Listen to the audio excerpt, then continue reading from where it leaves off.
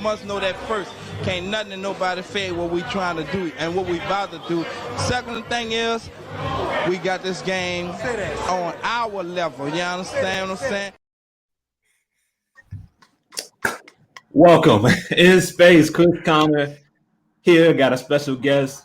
Got another special guest. Yo, man, we live.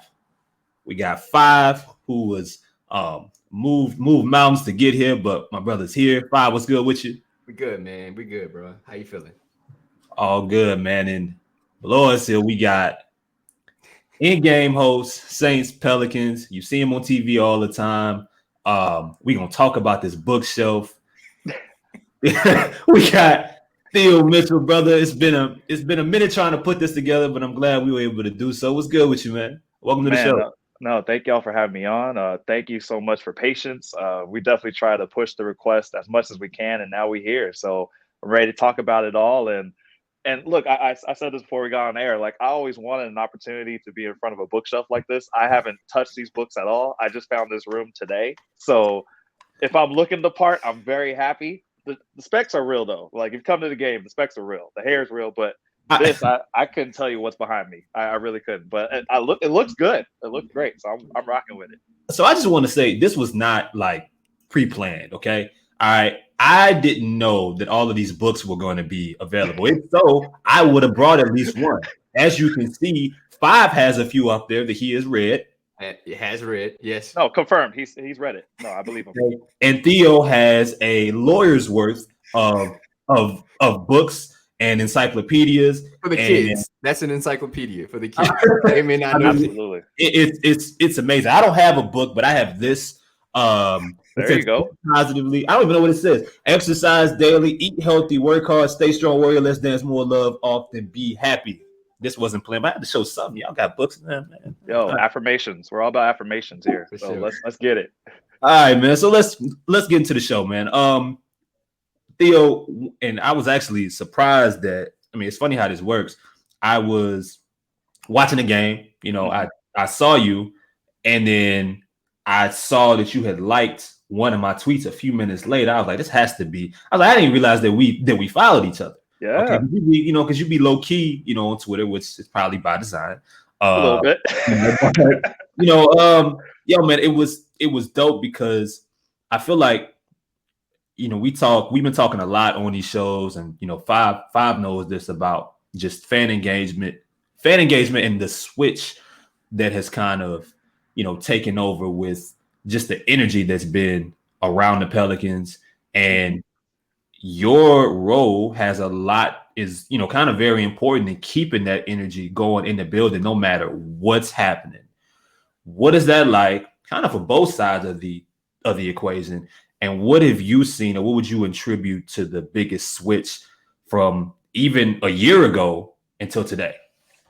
No, well, for one, just thank you once again, both of y'all, for letting me be on. And great question. A lot of answers to it. What I'll say is that this is still very, very new.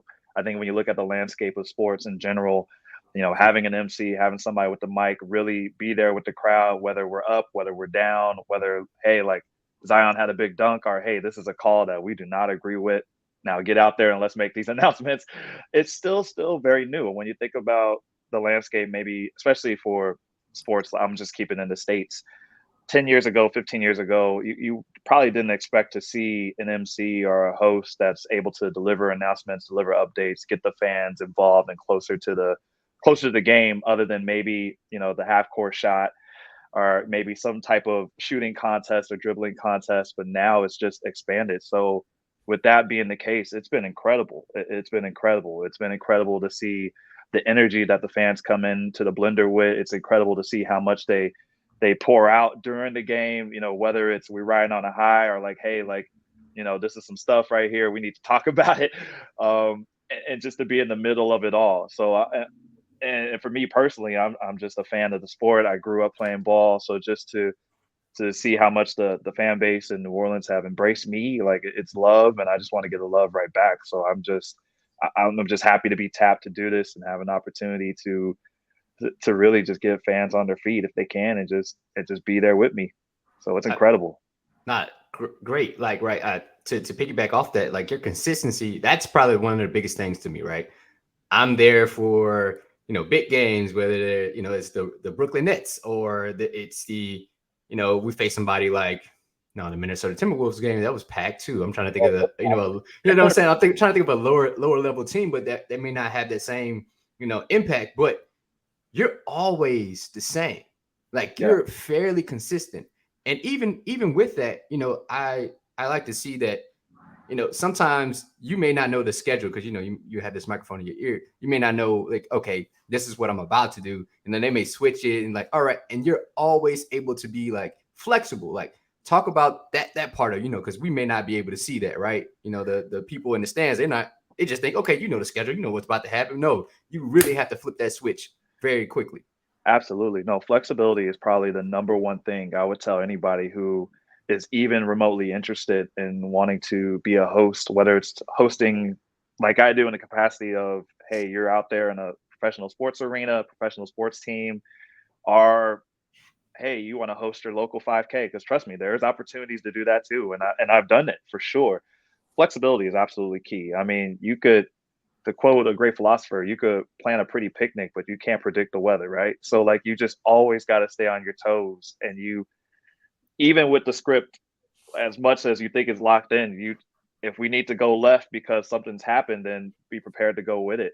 Absolutely. So you just never know. And then to another part of the question too, like it's easy to get up when Phoenix comes to town. It's easy to get up when it's the Lake Show or when it's the Knicks or the Nets. But I like to think of it like this too. If somebody's coming from Biloxi, and this is their one time to check out the Pels and they're coming to the Blender and it's OKC or, it's the Nuggets or it's the Jazz or it's the Raptors or the Magic.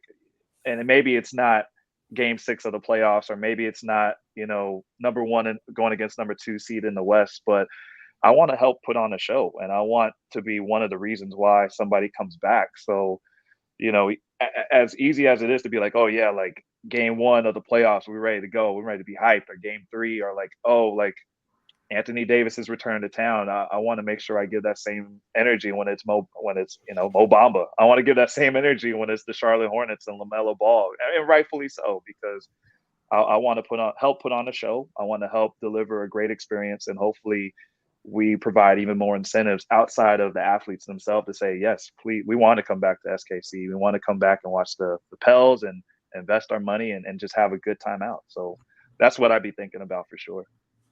So I just want to point out that great philosopher, his name is Andre 3000. 3 sacks. For those that didn't catch that. Right. So Theo, can you walk us through how you got started, right? Because my first memory or impression of you, I remember, and I could be wrong, I feel like you and Carolyn Gonzalez, shout out to Caroline. I feel like you guys came in around the same time. Mm-hmm. And then I remember you guys doing a lot of things together, and then she ended up leaving and going to do some other things. Mm-hmm. And now, I feel like it's, a lot of this, it's on you, right? Pre-game, inside the game. But how was it when you first started? And then when things started to change, how did things develop along the way? I mean, was there ever a part where, you had, I guess, second thoughts about how you'd be able to kind of make this thing together? Because I'm more than sure that, the ideas, the things that were brought your way in the beginning, whether it be from the team or whether it be from your own individual perspective, were different in regards to where things are now. No, absolutely. So when let's go all the way back to 2019, starting to move to New Orleans. My partner is already here in town, so I'm following her. I reached out to the Pelicans. I was hosting back on the West Coast. I'm originally from San Francisco. So made the move here, reached out to the Pelicans, their game entertainment director at the time, Kyle. Not really expecting much, just trying to get my name out there.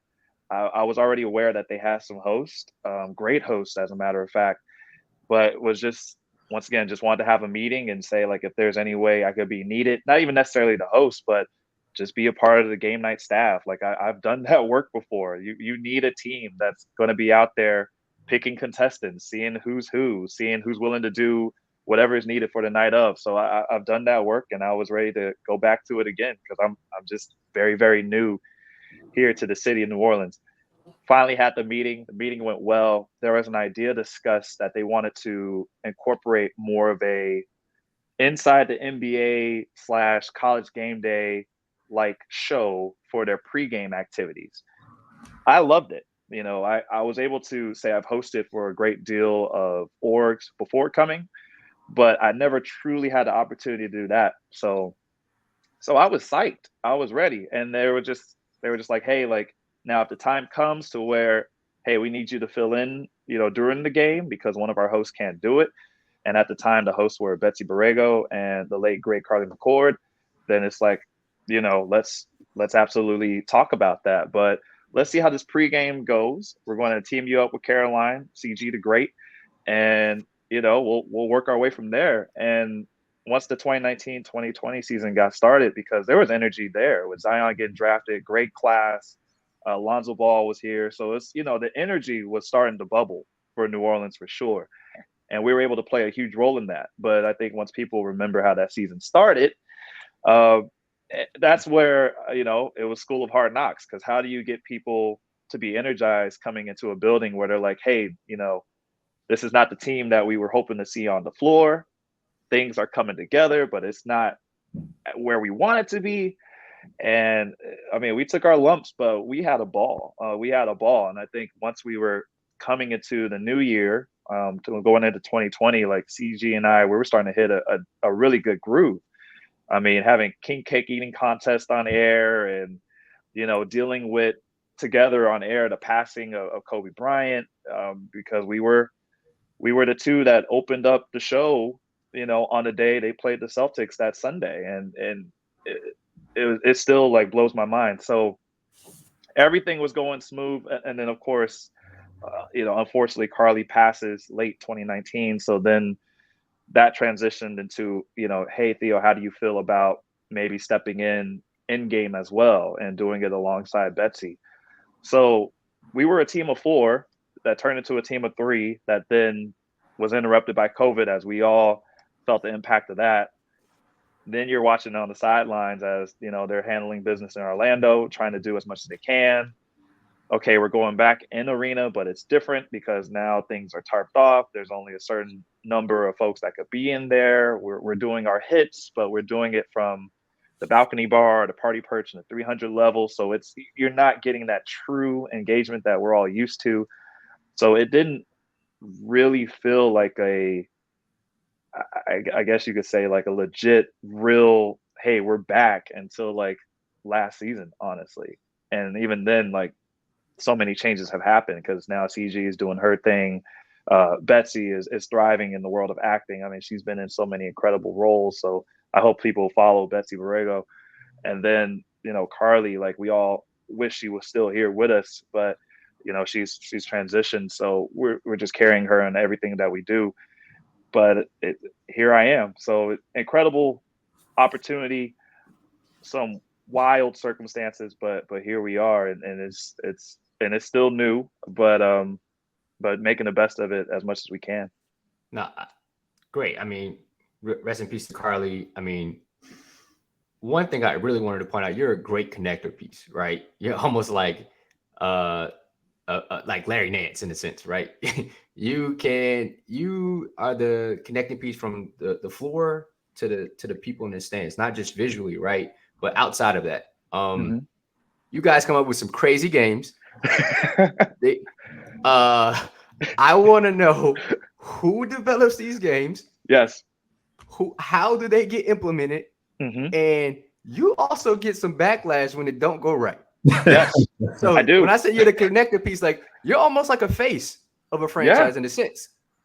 Yeah. No, thank you. And I accept that compliment humbly, and trust me, I'm not taking that for granted. But I'm laughing because when it doesn't go right, I'm going to get booed.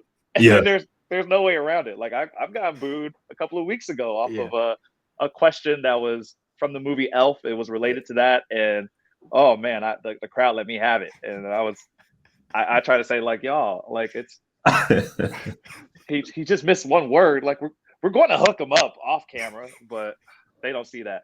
But who comes up with it? We have a great team that runs game entertainment. Chrissy Flores, uh, Evans, Anitra, Haley, Jess Weinberg. I mean, these are the masterminds, along with our game night staff that's there every game day that makes sure everything is run smoothly. But they truly are the masterminds that are like, what if we just create these situations that once I get to lead and help deliver, but it could create some lasting memories for all our fans, whether it's the eating contest, it's the shooting contest, it's the, hey, can you sing this song if I give you a word and you have 5 seconds to do it?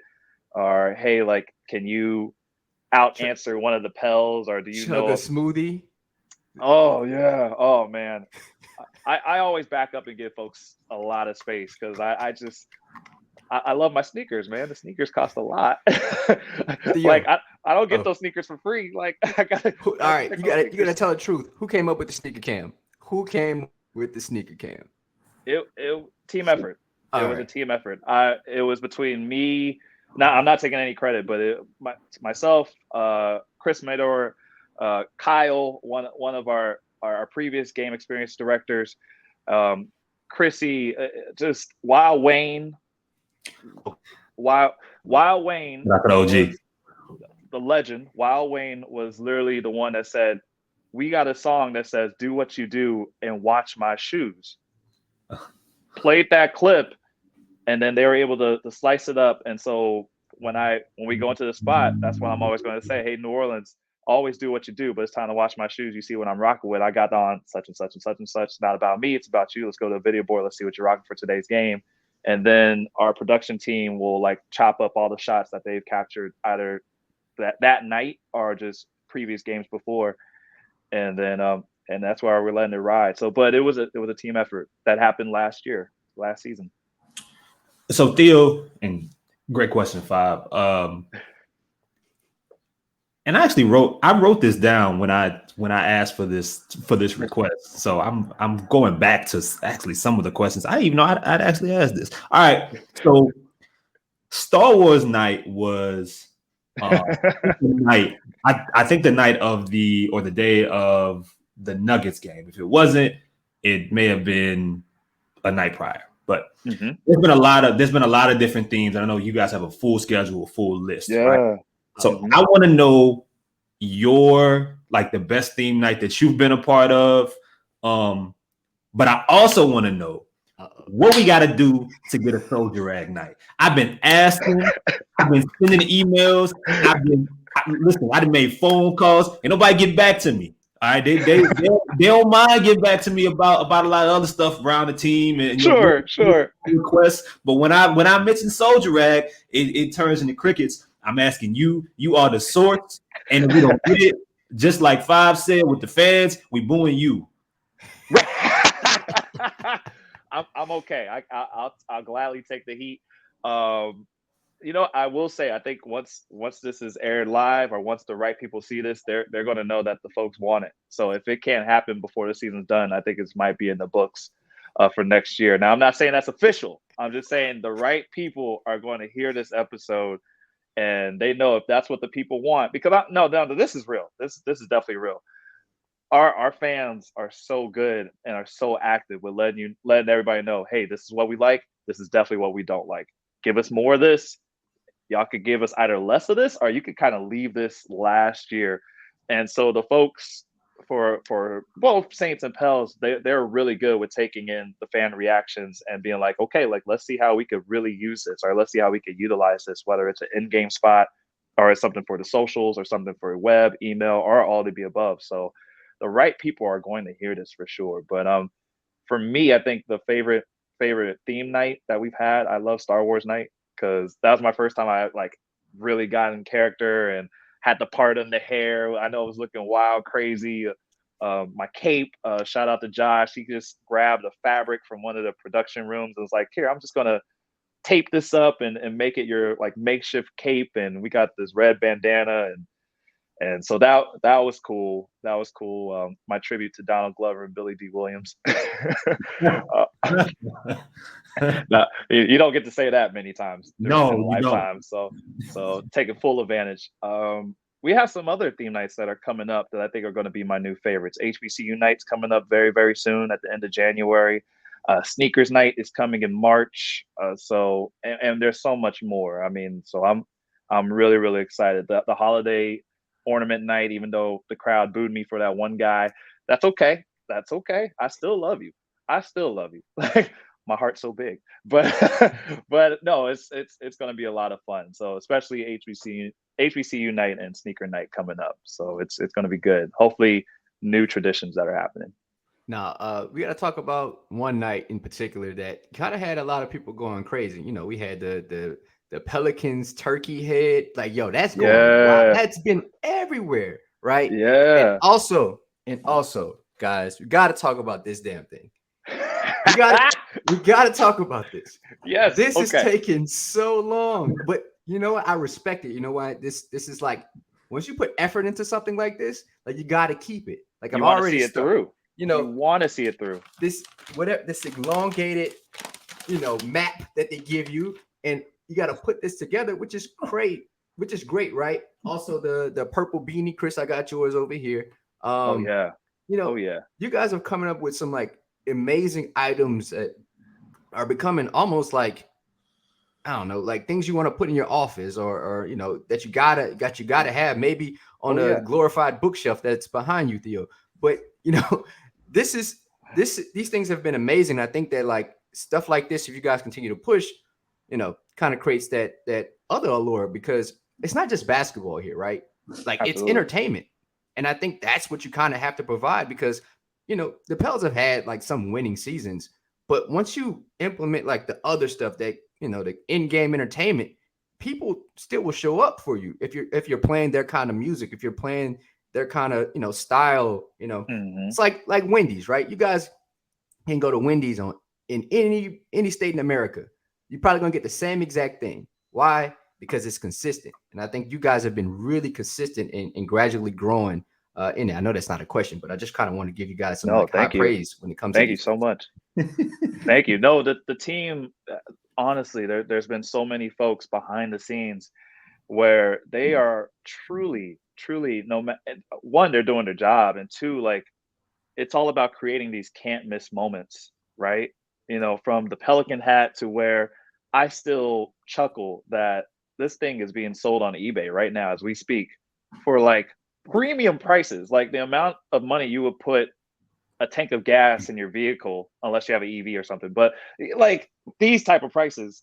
But it's like, you got to come out to the game. You can't miss this. A building block toy, which I've seen the conversation on Twitter. It takes some folks 3 hours, took some folks 4. Like, but they're so happy because 5, like you said, like, you want to see it through, and then you want to put it on the bookshelf. You want to put it on your desk. You want to put it in your house. Like, so it's these can't miss moments that goes beyond just the final score, where you're like, oh, I gotta be a part of this. And then just the parties that to me, people been saying it feels like a party when you go to the SKC, and it does. With DJ Jess rocking, we have different New Orleans artists that are coming down your aisle performing at timeouts.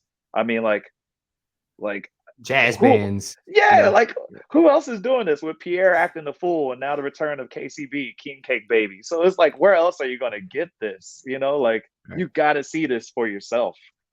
And then there's me.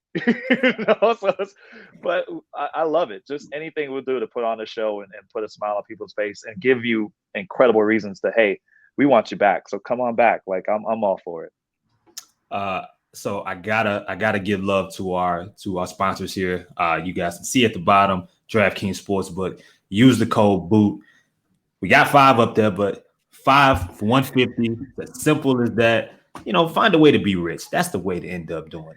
Okay. Yeah, I mean, there's a bunch of you can work a job. You can do so many different other ways to establish a point of income, or you can go to DraftKings Sportsbook, start with our promo code, drop $5, go ahead and run that up to $150 and beyond, and then you can have a wonderful bookshelf like the one that Theo has behind him, which reminds me of something the lawyer will have in his office.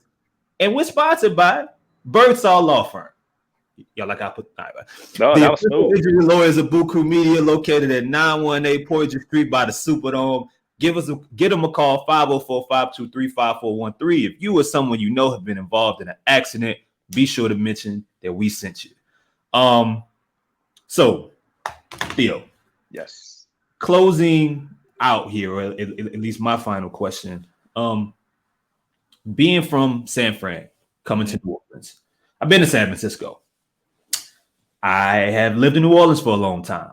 Two different sides, two different types of communities and people, right? What do you think has been the most important factor in you connecting with people? Because that's what you do. I mean, pretty much all the time you're connecting with people. You are a part of a community. Five mentioned that these games go beyond just basketball. They become date nights when they're run well. They become a good opportunity just to have some fun, right? People absolutely.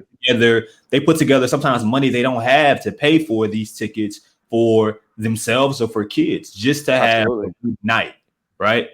But you being an MC, you being an in-game host, what's been most important in connecting with this type of community coming from where you are from? Now, people don't know that you're from San Francisco, right? Some people are going to watch and say, "Oh, okay, he's from New Orleans, right?" No, I mean, he looks like it. No, you're not. But you are making yourself one way or another one of us. How have you done that, and what's been some important factors in kind of establishing that, connecting with people that are from where we're from? I think the important thing is just never forgetting your why. And for me, my why is that I wanted to work in sports, but I always wanted to do something that was very impactful. In the beginning, my idea of doing that work was being a game experience director. So being the person that's either behind the scenes or, like, let's say sitting on the scores table when they are pushing the cues as to what the songs are that you're going to hear that's going to get you hyped, when our performer's going to go that's going to surprise you and make you feel good, when and where the mascot's going to be, when is the host going to be, different graphics you see on the scoreboard. So almost like the puppeteer a little bit, or always are the person that's just running the show. But when I had the opportunity years back to actually be in front of the camera and be on the mic, that's when I realized, oh, you can have that same impact, honestly, and even bring fans a little bit closer, because now you're one of them, but you just so happen to have a microphone. So my why is just always remembering that you're a fan, you're a huge fan.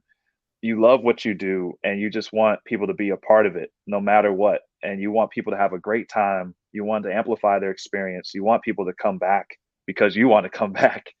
You want people to smile. You want people, like you said, like, let this be their date night. Let this be their office meeting away from the cubicle. Let this be the reason why they surprise their department and host, a party in the suite at a game. Let this be, hey, this is a night out with the boys and we're going to come out and kick it. Let it be the centerpiece for the reason. But for me, my why is just like, hey, like, I want you to have an incredible time, and whatever we can do or how I could be a part of that, I'm happy to do it. Whether it's I'm taking a photo with you, or hey, like, we're going back and forth about X's and O's and who we want to see in the All-Star game, or why we like this or why we like that, or hey, I like the purple NOLA jerseys, or hey, bring back the NOLA Flag City edition, whatever the discourse may be. Like, I'm here for it. I started off as a fan, and once this is done and I pass the mic, or if they want me to co-host, who knows? Like I'm still going to be a fan. I'm still going to follow. I'm still going to enjoy myself and take it all in. So I'm just very privileged, but that's where it starts. And I think the moment I forget that, that's when it becomes a problem. But if I have it at the core and at the heart and share it with everybody and what I do with my work, then we're going to be all right. Now I just got to remember the lines. Last question for me. Yes. Pelicans home record, I believe, I'm trying to look it up. I believe it's 15-5. I'm not mistaken. If I'm not mistaken. The other night, Kevin Durant said that he felt like the energy in the building felt like a playoff game, right?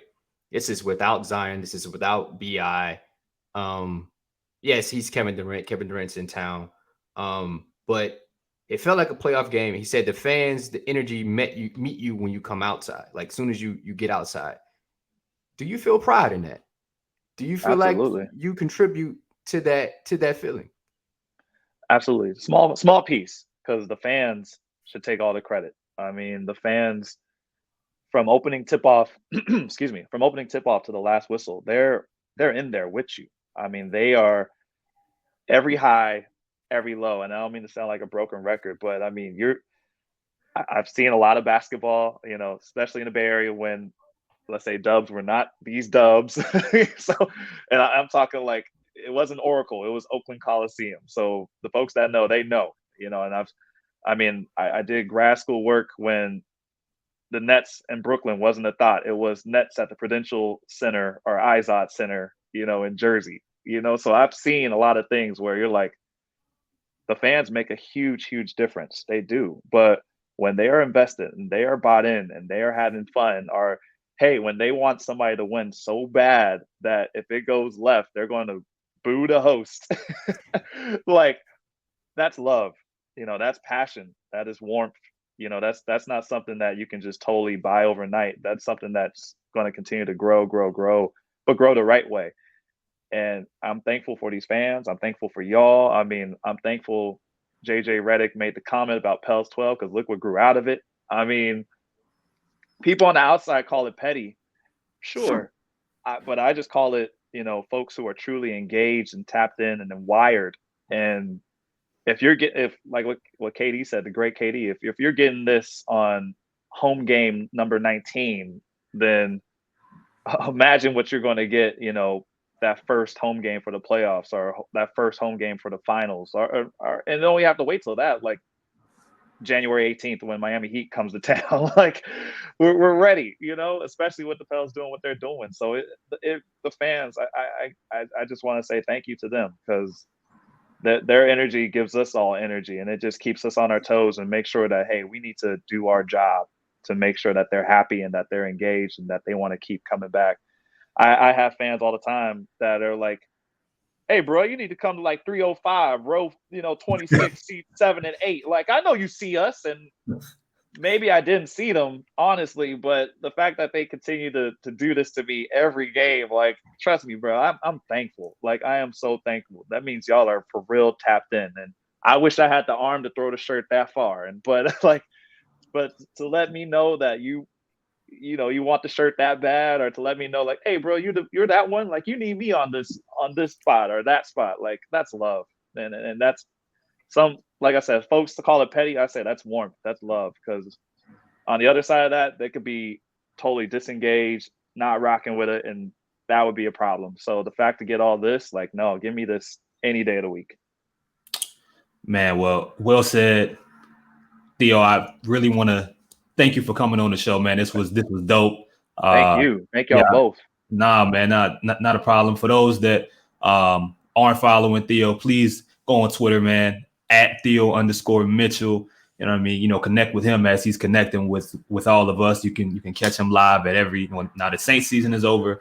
You can catch him live at every Pelicans home game.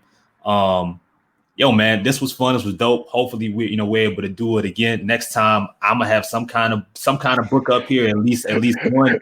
This is crazy how they put that together. I feel like they kind of talked about it beforehand, but that's all right. Next time I'm giving you a heads up. I literally just found this room today, but I'm like, this is my new podcast room, everybody. This is my podcast studio.